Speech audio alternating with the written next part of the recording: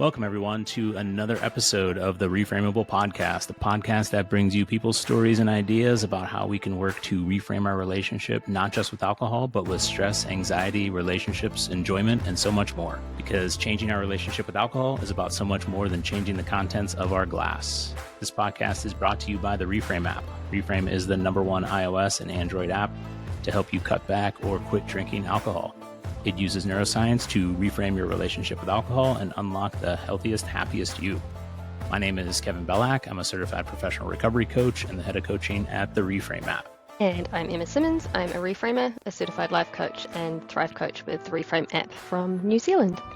Today's guest is known as the world's most disciplined man and is the author of The Dark Side of Discipline, as well as The Perfect Day Formula. He was also the creator of the Turbulence Training fitness system and owns earlytorise.com. We'd like to welcome Craig Ballantyne to the podcast. Hey, Craig, how's it going today? I'm doing great, and this can be a lot of fun. Thank you. Welcome. Excited. I'm excited to chat with you. Kev, do you feel mildly intimidated? I feel like all of our flaws and lack of discipline are going to come flooding out. This is really just a session for me. Yeah. Get my habits back on track.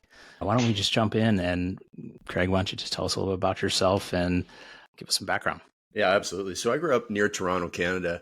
And in small towns in Canada, when you grow up, you play hockey and drink beer and play hockey. It doesn't matter which order that you do it in, that's what you do.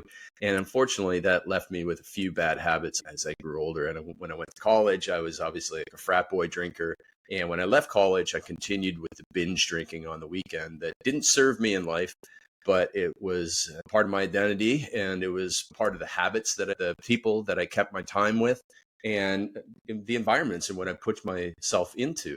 And I just didn't know anything different. And I met Lewis Howes in 2009, and he was the first person I ever met who said that they'd never had a drop of alcohol. And I was so blown away. My binge drinking mind could not believe that someone who played sports in college could not have ever had a sip of alcohol.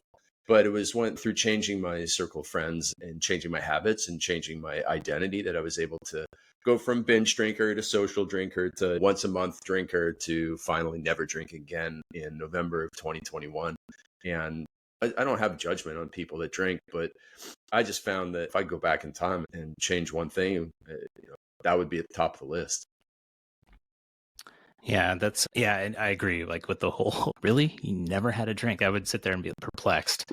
One of the things I was curious about with that progression of cutting it down as I read The World's Most Disciplined Man, right? And talking about discipline, how easy, hard, how difficult was it based on when we know a lot, right? It can still be tough to implement something when it has a hold on us. Yeah, that's a great point. So one of the main low points in my life that was partly due to the drinking was that I had severe anxiety attacks in 2006. And on January 1st, I woke up with a bloody awful hangover, and I was personal trainer at the time. So I was a hypocritical binge drinker. I was personal trainer, goody two shoes, Monday through Friday through Saturday afternoon. And then from Saturday afternoon to Sunday morning drinking. And I think that misalignment in my life caused a lot of problems for me. And then combined with the fact that I was getting up early to do personal training and then staying up late over the holidays to go out drinking at a lot of parties, it all caught up to me on that January 1st of 2006. And it was really bad. And anybody who's ever had an anxiety attack, you just do anything to get out of it. It was very crippling. And I did go to the emergency room that night thinking I was having a heart attack. Over the next few days, it settled down. I did a couple of yoga classes, and that seemed to get rid of it. And then after about 6 weeks, I thought I was invincible again and started going back to the binge drinking. Again, because I didn't really know anything else. There was no other life that I had. And I wasn't married, I didn't have any kids. And so I didn't have any dependents, any responsibilities other than to show up for work. And I had built the systems in my binge drinking alcohol life that I'm fine by Monday morning, and I can go in and be my normal self until Saturday, and then all goes downhill again. So there wasn't the consequences that needed to be there. And then I had a second anxiety attack in about March of that year, and that one lasted 6 weeks. So for 6 weeks straight, as long as I was awake, which was about 19 hours a day because I could barely sleep, I had elevated heart rate, I had tight chest, couldn't breathe, I had tingling from the top of my head down to the end of my fingertips, and I just couldn't break it, even though I didn't drink again during that time. So I drank the night before the anxiety attack started, but then I didn't drink during that 6 weeks, and I just couldn't shake it. And when I finally did, it was because I went to the emergency room again. And this time they gave me a bunch of tests. And when they told me that there was nothing physically wrong with me, that was the flip in the switch that had to flip in my head that allowed me to basically walk away from anxiety, in addition to adding good breathing habits through Tai Chi, yoga, meditation, and all the classic belly to breathing type of exercises. And then I finally got serious about the alcohol. And for me, it took a long time. But for what took me a long time doesn't necessarily mean that some people have to take a long time with it. And for some people, they're able to change bad habits overnight. For example, I have a friend who has read my book, read my content and all this stuff, and he had a bad habit of pornography. And he found out, I don't like it, I don't use it. I use this phrase in some article somewhere that he saw, that you're an honorable man, you're a family man, you're just not the type of man who uses pornography. And he didn't need 6 months or a 6-week challenge or anything. He just went immediately and shifted his identity. So there's a bunch of ways, many ways that we can change our habits in life. And I call the one way that I really use the effortless discipline systems: elimination, preparation, and connection. And we can go through those if you want, because you can apply them to any habit. If you're addicted to your phone, if you want to start exercising, they all work. They work for all of these things. I went through that path, and it was a little bit longer. And I had to build my confidence and change my identity. But he just decided overnight to change his identity from the type of man who's, oh, I just use it once in a while, it's not a harmful thing, to I'm the type of man that doesn't use it because I'm an honorable man, family man, and that just doesn't fit with my values.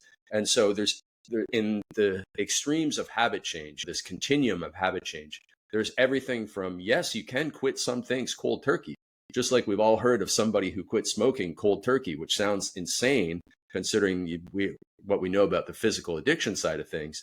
And there are some people who, it took me 10 years and I finally quit. And there's everything in between. And there's all types of tools and systems that we can use to get rid of it. And so that's what I want to expose people to. And an overriding lesson, as I describe these things as tools, is back to the challenges that we see, whether it's an ice bucket challenge, whether it's I do cold plunges every day, whether it's I work out twice a day, whether I read a book. We need to look at these routines and action and habits as tools. And is this tool serving us? And are we using this tool in a way that's serving us? Like, we can use a shovel, but if we're using a shovel to paint a wall, we're not using the tool properly. And it's not actually serving us. And we can use a tool to smack ourselves in the head, but now the tool is actually detrimental to us. Whereas in many cases, when we're digging, the tool is helpful. So that's how we need to look at these routines and rituals and challenges, not as something to conquer, but simply as a tool to get us closer to the outcome that we want in life, rather than something that just takes our time, or that we're doing because everybody else is doing, or we're doing it, worst of all, to get a bunch of people who we've never met and never will meet to like our video on Instagram.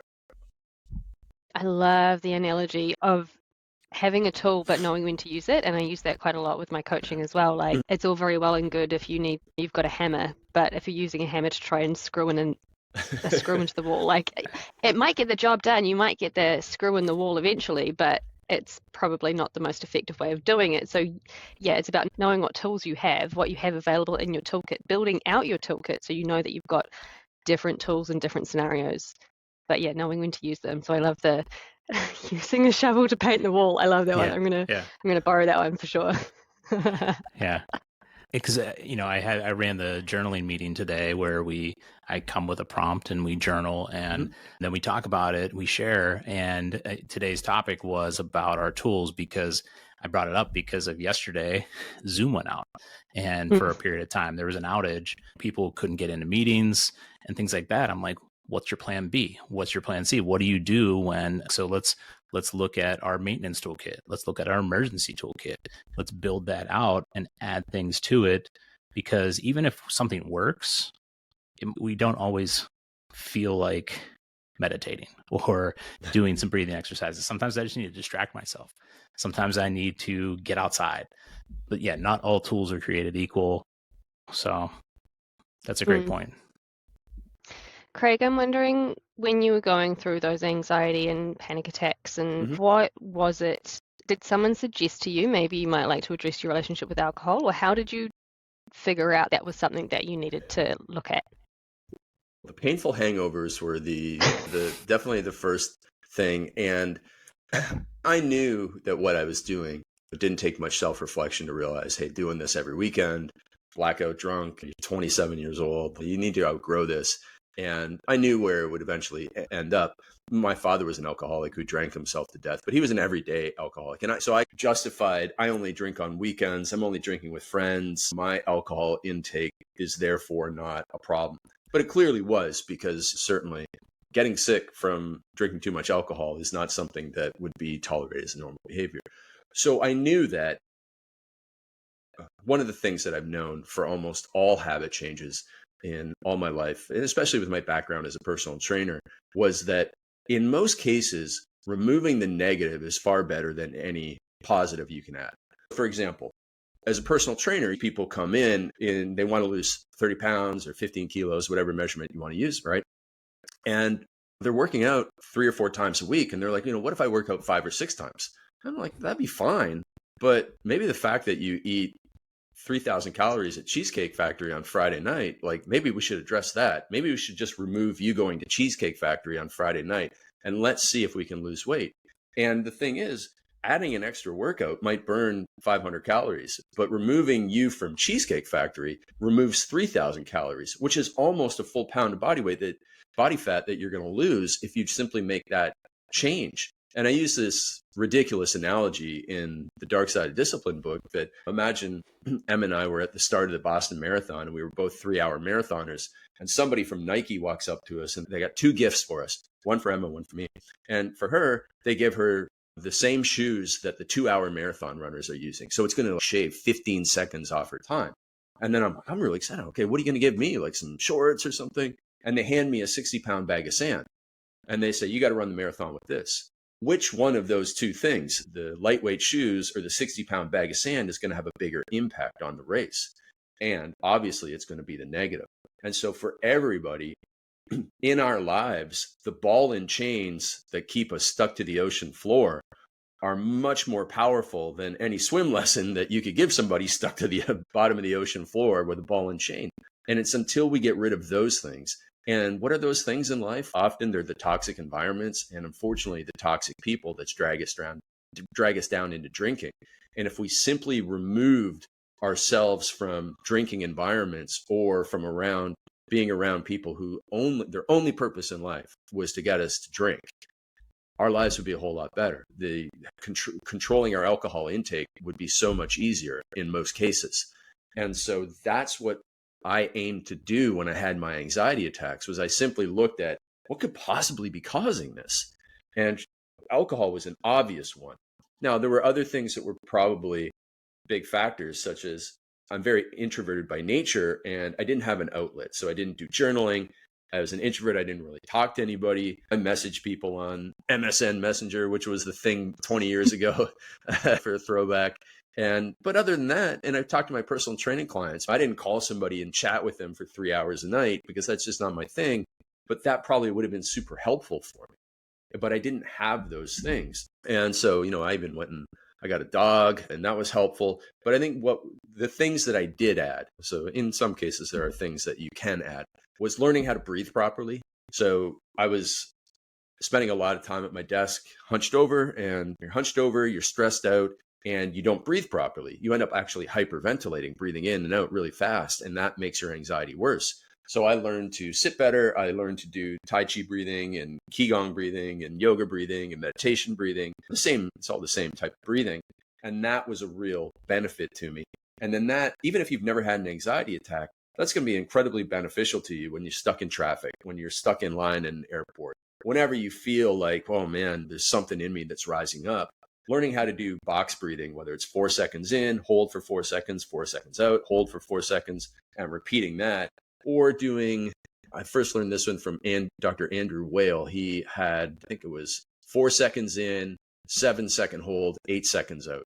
And that I can put myself to sleep in 3 minutes if I'm lying in bed just by going through a few rounds of that. Wow. Yeah. So learning those breathing techniques that calm down what's called your vagal nerve. So your vagal nerve is in charge of your digestion and so many of your organs. And if you're really stressed out, people who ever get constipated because they're stressed, it's because your like vagal nerve is either frozen. I can't remember which, if it's either firing too much or frozen or something like that.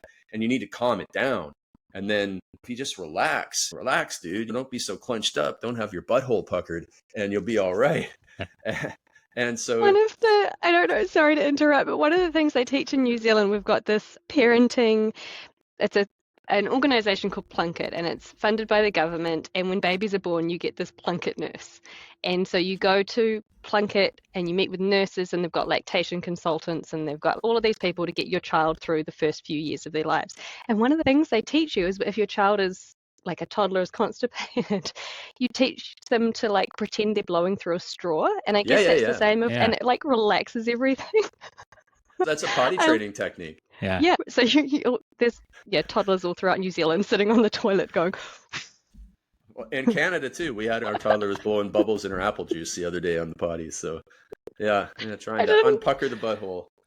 I didn't realize it was like a vagus nerve, like actual medical thing. I don't know what I thought it was, some weird New Zealand distraction technique. Yeah. So is it too spot on if I use that from my nugget that I learned this week later? There you go. I'm going to the toilet to blow through a straw. I just don't start blowing bubbles in your water as we do the podcast. That's all. Yeah. Nice. Sorry, guys. I just got, as a kid, I didn't have a straw. I just had poop candy. That was my parents' like reward system. There was a little jar out there that. Oh gosh. Yeah. So my eldest, which sounds awful, right? I mean, it was just. Yeah, those two words together. But... Yeah. My eldest, who's now 16, she's going to kill me if she hears this podcast. Whatever.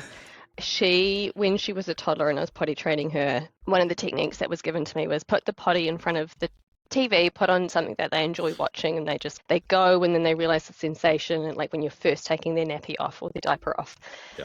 And what we were really into at the time was the Sound of Music musical. Yeah. Yeah. So then when I met my now husband, and we moved in together when she was about 3, and one day he was like, "Is she singing Do a Deer on the toilet?" And I was like, "Yeah, she's pooping." And he was like, "Why?" And so I told him the story, and so you can just hear from the lounge room, "Do, email, dear." Toddler pooping stories. Oh man, that's good though, because that'll be a good one for ours are still getting through it. So need those helps. Yeah, you need videos, you need mental notes of whatever. You need everything. Just things to bring your teenagers back down to earth. Kev. Like. My daughter's gonna be 18 this summer, and I live to embarrass her as much as I can, whether it's on here that she doesn't listen to or elsewhere. No. Sorry, I derailed. I'm quite. Yeah, no. I think I was ending up there. Basically, that you would ask me, how did I know alcohol had to go, and it was just pretty obvious, and so. I started removing myself from toxic environments and the toxic people that were dragging me down. And that's part of the effortless discipline system. So earlier I mentioned elimination, preparation, and connection. And when you're a binge drinker, if you're an alcoholic like my father was, these probably won't help as much. But if you're like, man, I just once a month, I drink too much and whatever. Okay, here's what you're going to do. You're going to eliminate yourself from those environments. You're going to eliminate alcohol from your home, and you're going to eliminate the toxic people whose only purpose in your life is to drag you to drinking. Now, here's the thing is you're going to have friends who aren't toxic people, but you do end up drinking with them, or they're friends with the toxic people, and you all end up together and they drink too. What you need to do is flip it to the planning and preparation side. So it's elimination first, then planning and preparation next. And what I needed to do was there were friends of mine who I'd been friends with for 30 years, and I didn't want to give those 5 friends up.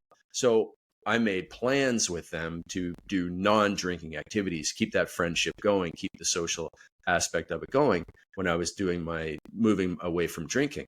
And then the final part, the connection, let me just say one more thing on the elimination and the preparation, is from James Clear's Atomic Habit books.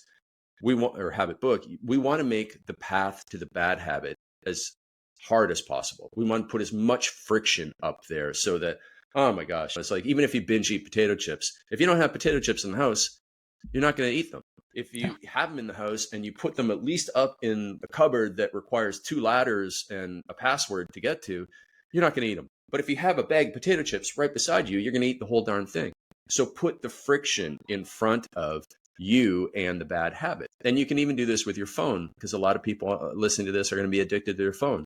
You can use something like the Opal app. We talk about it in the book. We have so many of our clients use it. And the Opal app, OPAL for Apple iPhone, it has 4 million downloads, has 4.8 star review. And you set it up so that between the hours of 2 and 5, when I need to be the most focused at work, I can't access social media, YouTube, email, text, anything on my phone. And therefore, I've put friction in the way of distraction, and that will work. On the flip side, you want to plan and prepare to make the path to the good habit as easy as possible. So a simple analogy for this is, as a personal trainer, we encountered a lot of people who just, on their days off, they were supposed to do some exercise that we would give them, or even just go for a walk, and we'd hear all types of excuses because there was too much friction in the way of them doing it. So we would tell them, put your workout clothes beside the bed, put your workout shoes there, have your workout plan, print it out, and try and find a workout buddy. And that then makes the path to success less full of obstacles, less friction, and it's easier. So make the bad habit hard, make the good habit easy. And then finally, the third component, which is a missing link in most people's lives, is connection, which is another way to say accountability. So, through the coaching and work that you do at Reframe, you have a community of like-minded people.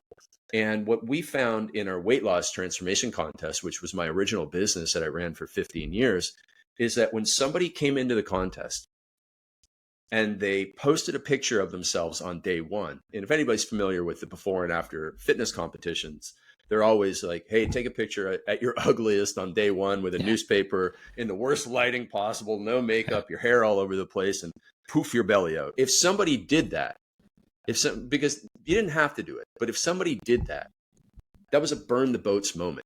You're in a community of like-minded people. You said, this is me at my not my best, and in 90 days from now, I'm going to lose a bunch of weight.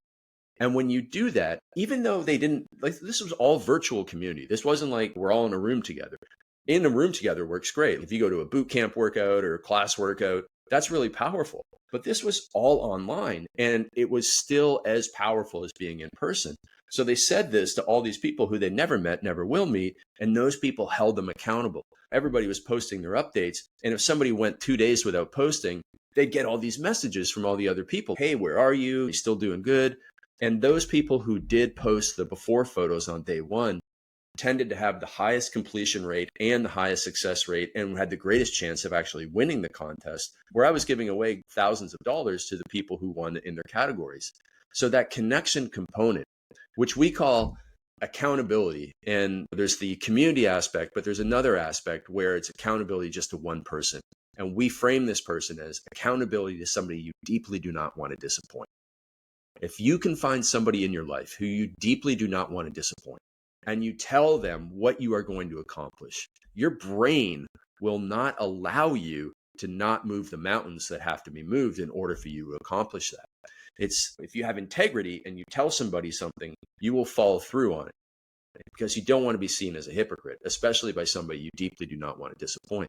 So whether between those two things, you'll either have a community or you'll have a single person that you don't want to disappoint. The problem is when people have a goal, I'm going to quit alcohol, but I'm not going to tell anyone. Man, you're the easiest person to let down. And you have no accountability, you have no support, and it's very hard to do it alone. But also, there's no consequence if you let yourself down, but there is a consequence if you let others down that you don't want to disappoint. So you do the elimination, the preparation, and have that connection. And my goodness, you can make amazing changes in your life in a very short time. Oh, 100%. I love it when the meetings that I host, so I host meetings for people down under, so in New Zealand, Australia time zones predominantly. We do get other people, we get some people in the States who can't sleep or whatever their life habits. We get Kevin when he can't sleep. But the people that come on my meetings, and it's a small group, there's maybe 60 to 70 of us, and it's the same people 3 nights a week. And the people that'll come on and be like, okay, I've got a really tricky day ahead of me tomorrow, but so I'm letting you all know that I don't want to drink tomorrow. And so it'll be Monday night. I don't want to drink tomorrow. I will see you on Wednesday. And that's, you've just announced to a virtual room of 60 odd people, I want you to hold me accountable. And just that, like declaring it and saying it out loud makes such a difference. And then when the person comes on 2 days later and they're like, I got through it and I did it, and the whole room just applauds, and it's a huge sense of achievement and reward. But yes, that, so like you were saying, that community, announcing it and knowing that you're not just letting yourself down, but you're letting other people that you trust and respect and admire down as well, is huge. It's a huge motivating thing to just keep going. Yeah, because when you're in that Tuesday where it's tough, in that moment of temptation, you can channel back and think, those people, and I'm doing it for those people. And even though they're not there, you can imagine them encouraging you. And Napoleon Hill talks about this in this book that's very popular in America called Think and Grow Rich. And he talks about the power of the mastermind, which was the first time I ever heard about it. And most people today think of masterminds, what you just described, like people getting together in real time. But he talked about having like Abraham Lincoln in his mastermind. And that works too. Like you can just take people from your life and imagine, what would they do in this situation? Or what would they say if they saw me doing this right now? And use that as power and strength and support that you need to get through a tough day or a challenging evening or a business meeting or whatever, where the peer pressure is coming at you. And even though the positive, like-minded people aren't there, you can imagine them on your shoulder and them cheering you on and supporting you and getting you through it. And that's the power of connection is so vitally important. And unfortunately, I think that people discount it in this day and age. Or feel like maybe they have it with just a superficial, whether it's just likes on social media or that kind of connection, which I think can be very powerful too. I mean, I'm not discounting that, because that's what I used to become alcohol free myself, was pretty much Instagram, that community.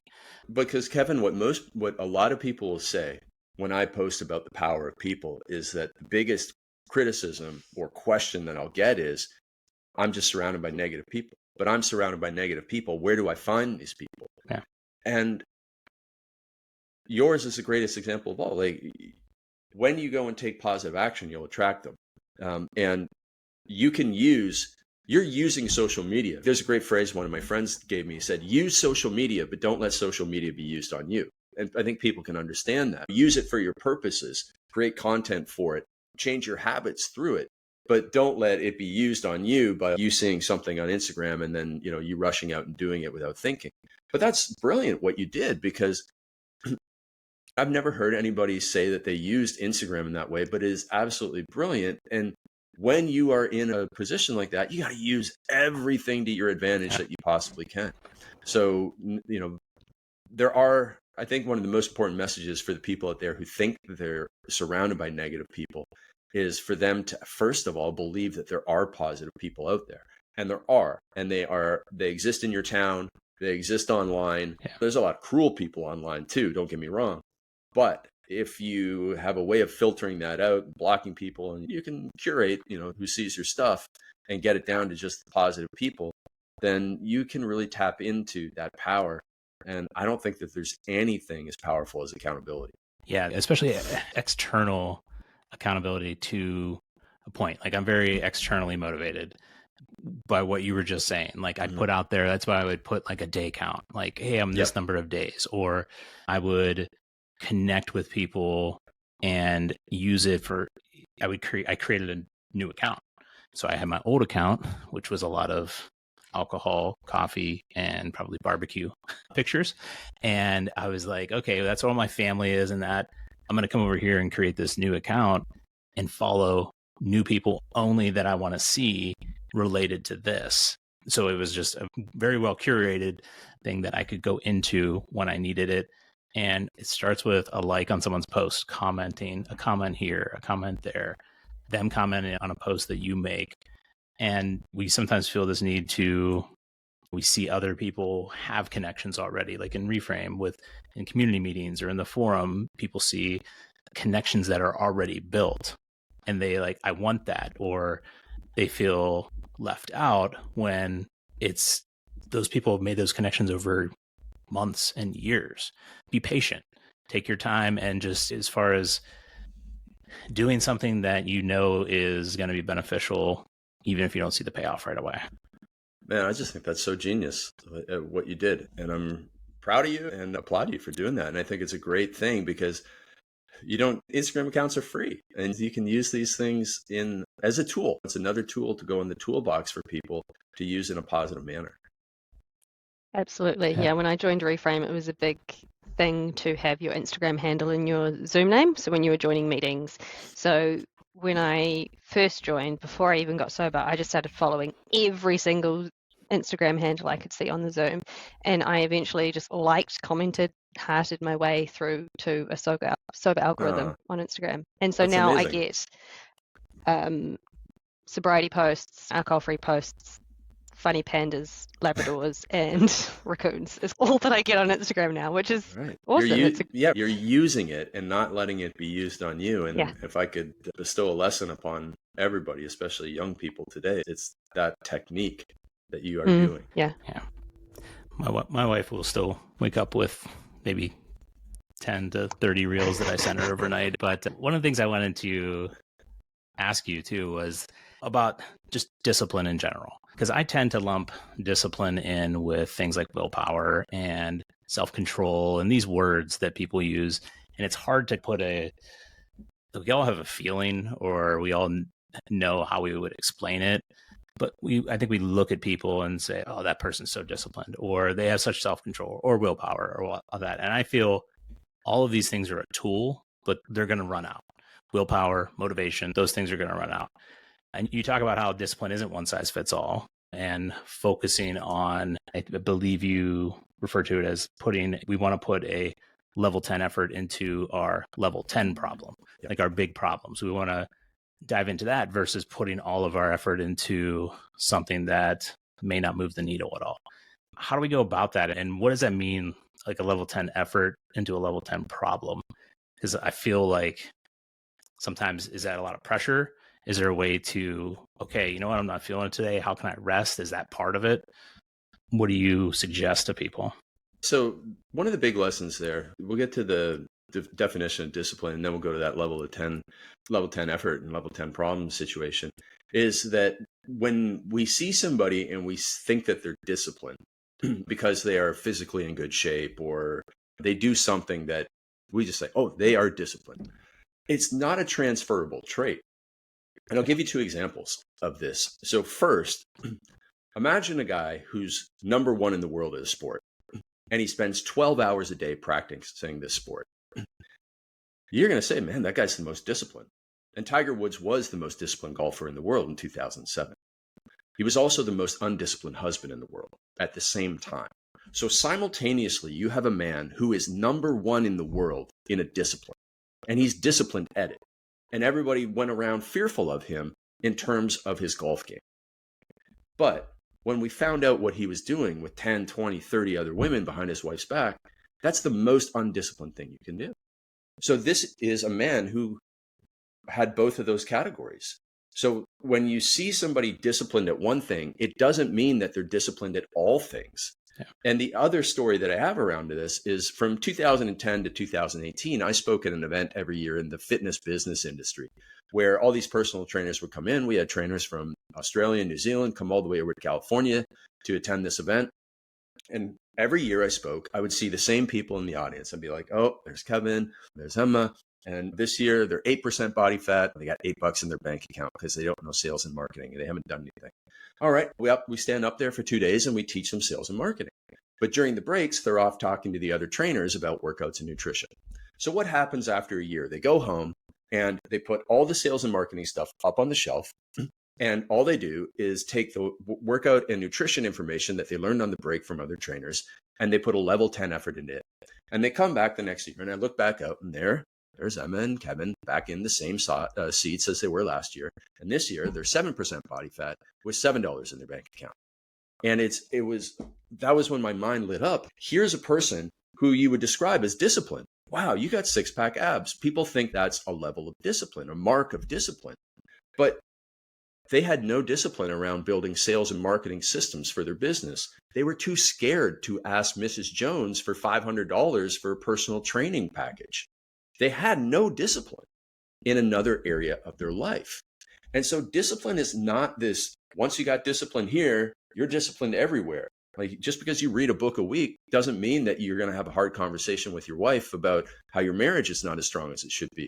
Just because you work out twice a day doesn't mean that you're going to be able to talk to your team member at work who's not performing on a project and you need them to step up, or you're both going to get fired, or you're going to have to fire them if you're the boss. Like, I've seen people who can do amazing physical things, but can't have a hard conversation because they're not disciplined in that area. So forget everything you believe about just because someone's disciplined in X, it means they're disciplined in A through Z. It's not true.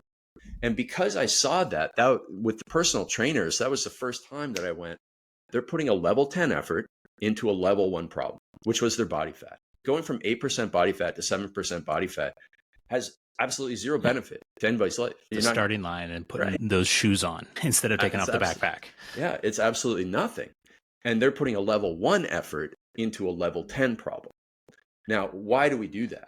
We put a level 1 or level 2 or level 3 or even like a level 6 effort into our level 10 problem because it's so darn scary and big. Yeah. For example, if you've been married for 20 years and your kids are very busy teenagers and you and your wife are just Uber drivers who live in the same house and you barely see each other and you maybe get 5 minutes a week and your marriage is going cold, that's a level 10 problem. For the average guy to look at that, I don't even know where to start. And if I send her flowers and maybe take her out once a month, like, it's going to take 5 years before it becomes a level 9 problem. Like, it's just such an elephant in the room problem that people want to ignore it. But if you flip it and you look at like, I can go and start a YouTube channel. I can start a YouTube channel today, put a YouTube video up, and man, now I'm a YouTuber. And you can get that done in 24 hours. So it's like a level 1 or 2 problem, and you can put a level 5 effort into it and get all the dopamine hits you want. So that's why humans are wired that we want to take the path of least resistance. And so we don't put that effort into our level 10 problem. And so back to the definition of discipline that we have in the book is that I say, once you've identified your level 10 problem in life, whether it's your marriage, whether it's your alcohol intake, whether it's your health, whether it's your financial situation, maybe you're in $30,000 worth of credit card debt, or maybe it's an opportunity that you have in life. Oh my gosh, if I write 3 chapters of the book and I submit it to a publisher, they're going to give me a huge book deal. That's my level 10 opportunity. It doesn't have to be a problem. But if you have a level 10 problem or opportunity, you have to give it a level 10 effort. And if you're giving it a level 10 effort, what it deserves, then you're disciplined. And if you're not, everything else that you're doing, from cold plunging to working out twice a week to doing marathons, ultramarathons, triathlons, it's all entertainment and distraction if you are taking any time away from fixing the biggest problem in your life. Now, I'm not saying you can't do those things, but it's only after you've made sure that you're giving your big problem a level 10 effort. And then you're like, okay, I still got 4 hours a week left. So I can entertain myself in those 4 hours a week. But until I give my big problem the effort it deserves, I'm being undisciplined. And I'll give you an example of that because people might be still trying to figure it out. So my marriage, my wife and I would describe our marriage as a 9 out of 10. We've only been married for 4 years, but we have 3 kids under 3. And so when you have 3 kids under 3, you're busy. And the kids are first. And so the marriage, like when you just got married, compared to what your marriage is like when you have 3 kids under 3, there's a lot of differences, right? And so if you don't proactively go after your marriage and making sure that it's as strong as possible, it can slightly decay. So we said, you know what? It's a 9 out of 10. We want to get it to a 10 out of 10. Fortunately, that's the biggest problem in my life. I don't have a lot of other problems. I used to have a lot of big problems, but right now that's the biggest problem. So we sat down, and this is what everybody needs to do. And this, believe it or not, I didn't even realize this exercise until after I'd written the book. So it's not in the book. But if you read the book and you're like, you find out, okay, I figured out my level 10 problem and I'm putting a level 6 effort into it. Now what? Here's the now what. You sit down and you describe, what would it look like to put a level 10 effort into my level 10 problem? What would it look like? And just come up with 10 or 15 bullet points. For us, it was like reread 5 love languages. Make sure that we have dinner dates every night. So we have 3 kids, but we're fortunate. We have 2 nannies. So we have dinner at 4 o'clock while our nannies are still here. We eat from 4 until 4:20. And we have that 20 minutes together at the dinner table while the kids play with the nannies. And we cook dinner together five nights out of the week. And then we also make time for 15 minutes in the morning before the kids get up. And we do this and we do this and we do this and we do this. And there's some communication stuff I have to work on as an introvert. And I'm working on that and active listening and all this stuff. But we made it clear, here are all the things that would look like. If my job was to give Joe Blow a level 10 plan for his level 10 problem, that's what I would do. I say, here, Joe, this is what it would look like to put a level 10 effort into your problem. Go and do those things. Now, some of them are going to be more effective and more important, so I'm going to prioritize them. Here, number one, do this one thing, man, and it'll get you like 40% of your results. But that's what you have to do. And then it's really figuring out how important is it. If it's very important for you to solve this problem, don't take a day off. Like, I'm not taking a day off from the habits that we listed, because it's not like it's an exhausting thing. It's just being cognizant of doing things. And so you build out that plan, and that's the ultimate definition of discipline. And then when you have free time, you can go and do some of these other things that you find beneficial to you. Thanks for sharing that. A couple of questions that popped into my head were like, I'm sure people are like, I have 6 level 10 problems that I need to solve. But no, everybody, you have a 10, you might have a 9.9, you might have a 9.8 as well, but you have a 10. You have 110. Yeah. And you may have 110 in your professional life and a 10 in your personal life. And you can have those two 10s. Yeah. But we fixed 10. And obviously you're going to give the effort to the other ones. And then eventually you're just going to get rid of them. Yeah. And new ones will pop I picture up. like the life wheel, because I always think about that. And the life wheel has those different areas on it where it's your relationships, your work, your finances, your health, your hobbies, all of that. And you assign a number to it, 1 to 10.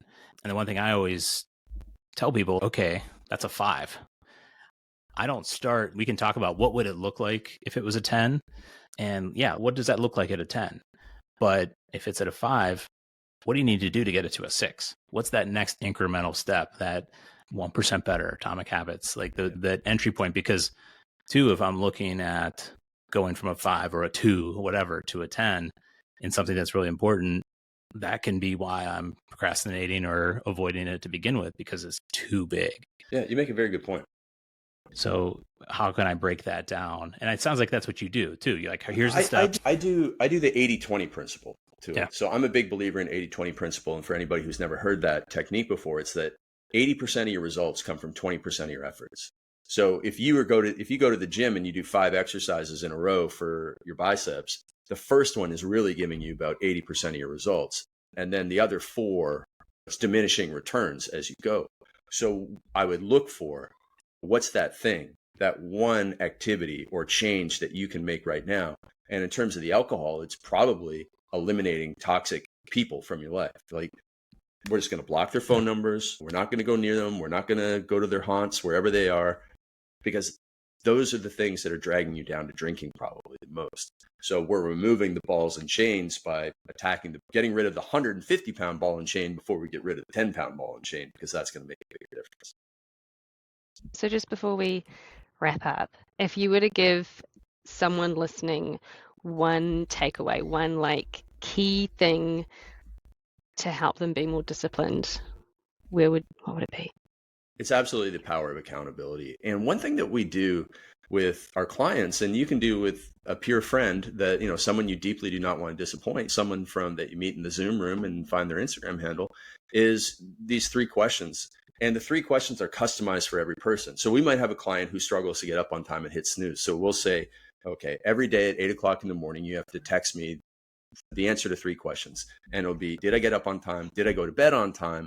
And did I get done work on time? Because if I get done work on time, then I have a better chance of going to bed on time. And if I have a better chance of going to bed on time, I have a better chance of getting up on time. And in addition to those questions, we end each one of those with, if not, why not? Because if we do that, did you leave work on time or get home from work on time? Yes. Okay, great. So you're doing everything right. But if you say no, if not, why not? And now we start to reverse engineer. Joe came to me at 4 o'clock and said, would I help him with this? And I said, yes, even though I knew I had to go home. I'm just not very good at saying no to Joe.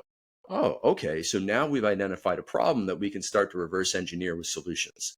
And then, did you get to bed on time? No. If not, why not? because I helped Joe till 5:30, I didn't get home on time. Then everything was delayed. And my wife, Mary, was upset at me. So instead of watching Netflix for 30 minutes, we argued for an hour, and I didn't get to bed until nearly 11 o'clock, and I wanted to get to bed at 9:30. Okay. Did you get up on time? No, because of all of those other things. So we can reverse engineer it. And what's the linchpin in all of that? That Joe guy. We need to figure out how to deal with Joe so you get up on time. And you can extrapolate this to the drinking and all that sort of stuff, because usually there's like that one trigger, that one negative domino. And maybe you've seen the Instagram meme where it's a guy with like tweezers knocking over a tiny domino, and then 6 dominoes later, the domino is the size of a door. And that's just the power of negative dominoes going wrong. So that accountability to somebody, those 3 daily questions with the if not, why not, that keep you on track and then allow you to reverse engineer and get 1% better every day, so you change your habits and improve your life. Amazing. If not, why not? Yeah. So good. Yeah, I love looking back at the what went wrong here, or what could I do differently. Appreciate you sharing that. Thanks, Craig, for joining us today on the Reframeable Podcast. Really appreciate it. Anything you would like to say parting? Feel free. Yeah, one of the philosophies I live by is everything in life is easier when you know more good people. And so when you know more good people, it's going to be easier to get out of those toxic environments. It's going to be easier to get away from toxic people, and it's going to be easier for you to put together new good habits. So even if you're introverted like me, going out and building a network of good people will bring you everything in life so much faster and so much easier. So true. Thank you so much for sharing with us. Thank you all for listening to this episode with our special guest, Craig Ballantyne. You can find him on Instagram at Real Craig Ballantyne, and check out his new book, The Dark Side of Discipline, out now. The Reframeable Podcast is brought to you by the Reframe app. Reframe is the #1 iOS and Android app to help you cut back or quit drinking alcohol. It uses neuroscience to reframe your relationship with alcohol and unlock the healthiest, happiest you. If you're enjoying this podcast, please like, subscribe, and share with those that you feel may benefit from it. I want to thank you for listening, and be sure to come back again for another episode. Have a great day. Friends,